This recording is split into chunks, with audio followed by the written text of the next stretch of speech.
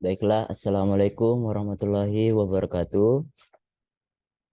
Puji syukur kehadirat Allah Subhanahu wa Ta'ala yang telah memberikan kita nikmat dan karunia-Nya sehingga eh, kami dari kelompok terakhir bisa melakukan presentasi melalui membuat video mengenai materi monitoring, evaluasi, dan pelaporan dalam reformasi birokrasi yang telah diberikan oleh dosen pengampu Ibu Irma Arianti Esos, MSI.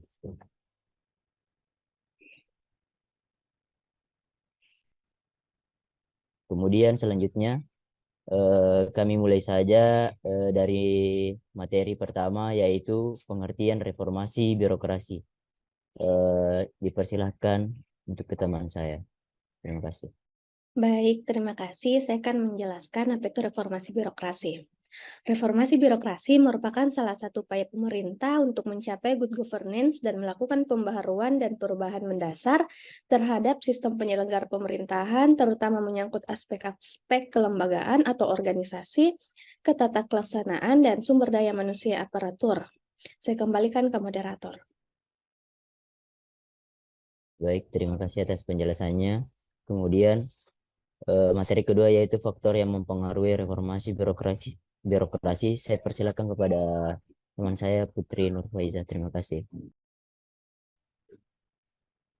Faktor yang mempengaruhi birokrasi yang pertama adalah politisasi dan kooptasi. Adanya politisasi dan kooptasi pada politik terhadap birokrasi membuat birokrasi menjadi tidak profesional, tidak netral, berkinerja rendah, dan rentan terhadap korupsi, kolusi, dan nepotisme ketika tidak diiringi sistem integritas nasional yang belum terbangun, pengawasan interpemerintahan yang masih incapable dan immature, serta etika publik yang belum terpelihara. Dan yang kedua, penegakan dan kepastian hukum. Perlu ada sanksi yang tegas bagi pihak-pihak yang tidak melaksanakan atau bahkan tidak merespon proses reformasi birokrasi.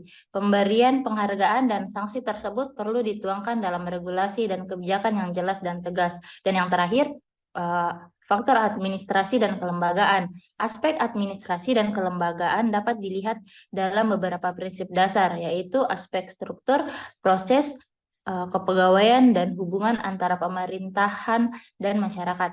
Terima kasih, saya kembalikan ke moderator. Baik, terima kasih atas materi yang telah dibawakan. Kemudian materi selanjutnya mengenai pengertian monitoring dalam reformasi birokrasi. Saya persilakan kepada teman saya Andi Arham. Baik, terima kasih moderator. Jadi untuk monitoring pelaksanaan reformasi birokrasi itu sendiri dilakukan untuk mempertahankan agar rencana aksi yang dituangkan dalam roadmap reformasi birokrasi dapat berjalan sesuai dengan jadwal, target-target, dan tahap sebagaimana yang telah ditentukan.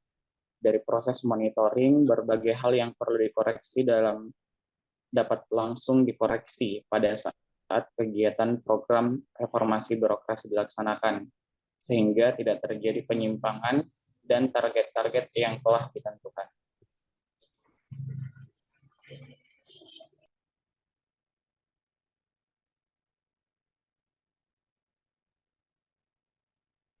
Baiklah, terima kasih atas penjelasannya. Selanjutnya saya persilahkan kembali kepada teman saya Anil Mufida untuk membawakan materi pengertian monitoring dalam reformasi birokrasi. Terima kasih. Baik, pelaporan dalam reformasi birokrasi merujuk pada proses penyampaian informasi tentang kinerja, pencapaian, dan hasil kerja suatu unit kerja atau organisasi birokrasi kepada pihak yang berkepentingan, baik internal maupun eksternal. Pelaporan merupakan salah satu elemen penting dalam upaya meningkatkan transparansi, akuntabilitas, dan penanggung-jawaban dalam penyelenggaraan pelayanan publik. Terima kasih atas penjelasannya. Kemudian untuk materi terakhir, tujuan evaluasi, monitoring, dan pelaporan dalam reformasi birokrasi saya akan bawakan sendiri. Baiklah, tujuan dari monitoring yang pertama adalah memantau dan mengawasi pelaksanaan kebijakan dan program reformasi birokrasi untuk memastikan implementasi yang tepat dan sesuai dengan tujuan yang ditetapkan. Kedua, mengidentifikasi hambatan masalah atau ketidaksesuaian dalam pelaksanaan reformasi birokrasi secara real-time atau nyata sehingga dapat diambil tindakan perbaikan yang cepat.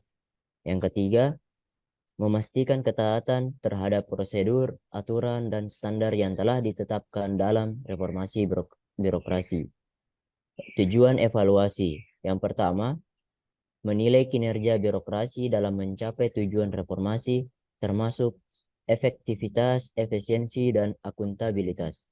Kedua, mengidentifikasi kelemahan dan kekuatan dalam sistem birokrasi serta memberikan rekomendasi perbaikan yang diperlukan. Yang ketiga, mengevaluasi dampak dan hasil yang dicapai oleh program reformasi birokrasi untuk memastikan bahwa perubahan yang diharapkan terjadi dan memberikan manfaat yang diinginkan bagi masyarakat. Kemudian tujuan pelaporan. Yang pertama, memberikan informasi yang jelas, transparan, dan akurat tentang kinerja, pencapaian, dan hasil kerja birokrasi kepada pihak yang berkepentingan, termasuk masyarakat, pimpinan, organisasi, dan lembaga pengawas. Kedua, meningkatkan akuntabilitas dan pertanggungjawaban birokrasi terhadap publik dengan menyampaikan informasi yang mudah diakses dan dipahami tentang penggunaan sumber daya publik. Yang ketiga dan yang terakhir adalah mendorong partisipasi masyarakat dalam proses pengawasan dan perbaikan kinerja birokrasi dengan menyediakan informasi yang memungkinkan masyarakat memberikan masukan, saran. Terima kasih.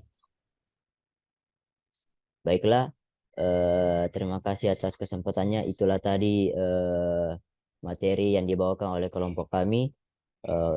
Kami dari kelompok terakhir mengucapkan terima kasih atas kesempatan yang telah diberikan oleh Ibu Irma.